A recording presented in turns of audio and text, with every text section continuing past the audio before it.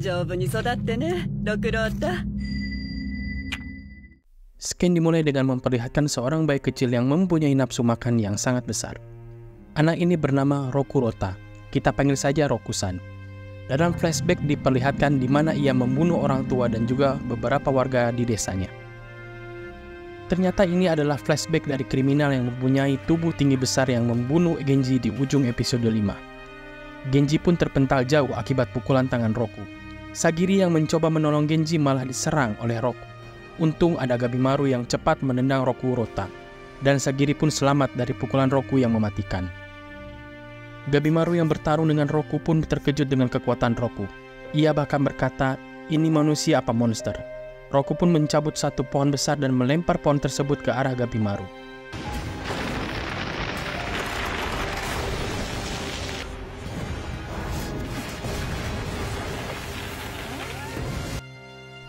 Gabimaru yang sedikit kewalahan meminta Yuzuriha atau si wanita ninja untuk membantunya.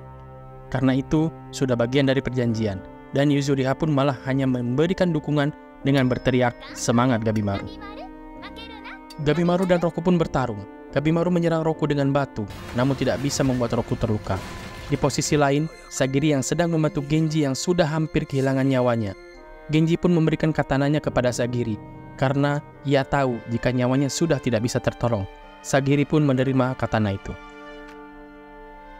Ketika Gabimaru mencari cara untuk mengalahkan Roku, Roku pun mengayunkan tangannya untuk menyerang Gabimaru, tapi meleset. Namun, seketika jari kelingkingnya terputus tanpa ada yang menyadari. Ternyata itu adalah tebasan Sagiri yang mengincar otot, tendon, dan tulang yang memanjang.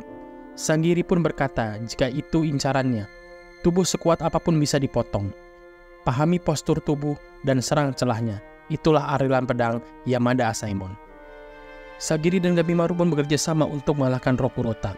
Gabimaru menjadi pemancing serangan dan ketika ada celah, Sagiri menyerang dengan katananya.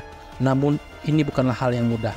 Walau Sagiri mendapatkan celah, tetap saja tubuh Roku tidak mudah untuk dipotong. Sagiri menjelaskan, memotong tulang saat ia mengamuk memanglah sulit. Celah pun tertutup pada saat dia aktif.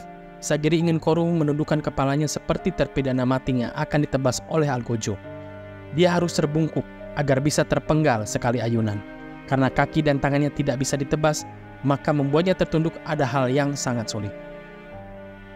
Ketika Sagiri dan Gabimaru memikirkan harus berbuat apa, mereka berdua mendengar suara keroncongan perut Koru. Koru pun menangis karena lapar dan mulai menyerang dengan membabi buta.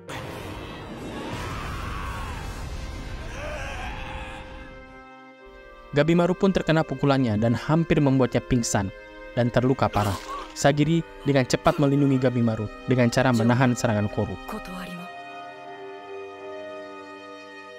Sagiri pun terus menahan serangan brutal Roku dan membuat yang lain terpana oleh kemampuannya.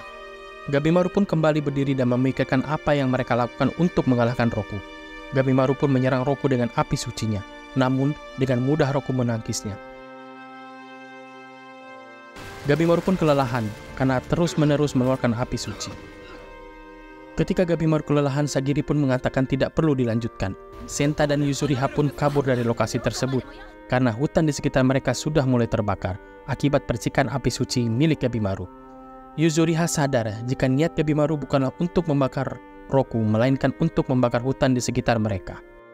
Dengan begitu, asap dari pohon yang masih basah membuat Roku kekurangan oksigen karena banyak menghirup asap. Dengan perlahan, Roku pun mulai kehilangan sadaran, terbatuk dan tertunduk akibat terlalu banyak menghisap karbon monoksida. Kesempatan ini pun tidak disia-siakan oleh Gabimaru dan Sagiri untuk menebas Rokurota. Rokurota pun mengingat masa kecilnya yang selalu lapar dan membunuh siapa saja yang ada di hadapannya, bahkan orang tuanya sendiri.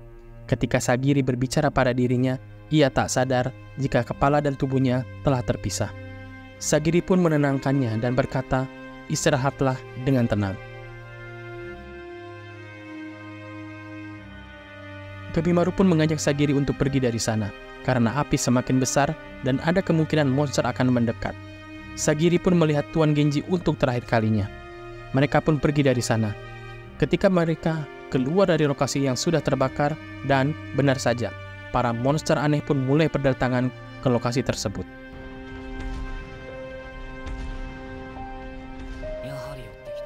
Gabimaru pun mengajak Sagiri untuk pergi ke arah datangnya para monster wal berbahaya karena tak ada pilihan lain. Lagi pula, ekologi monster adalah satu-satunya petunjuk dari ramuan keabadian. Mereka pun pergi semakin dalam dan Sagiri pun bertemu dengan Senta dan Yuzuriha yang kabur terlebih dahulu. Yuzuriha dan Senta pun tercengang dengan apa yang mereka lihat. Sebuah desa di tengah pulau Shinsenkyo. Tuan Senta berkata, "Kalau ini benar Shinsenkyo, apakah artinya petapa tinggal di desa ini?" Scan pun berganti di mana dua kakak beradik yang sedang bertarung melawan monster. Para monster pun habis mereka bantai. Namun, ada suara dari kejauhan yang mengganggu mereka. Ketika dicek, ternyata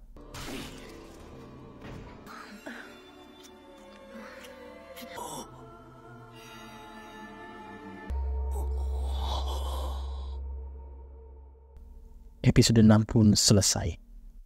Terima kasih bagi yang sudah menonton. Bagi yang suka silahkan like, komen, dan subscribe. Kita bertemu lagi di Jigoroku episode 7.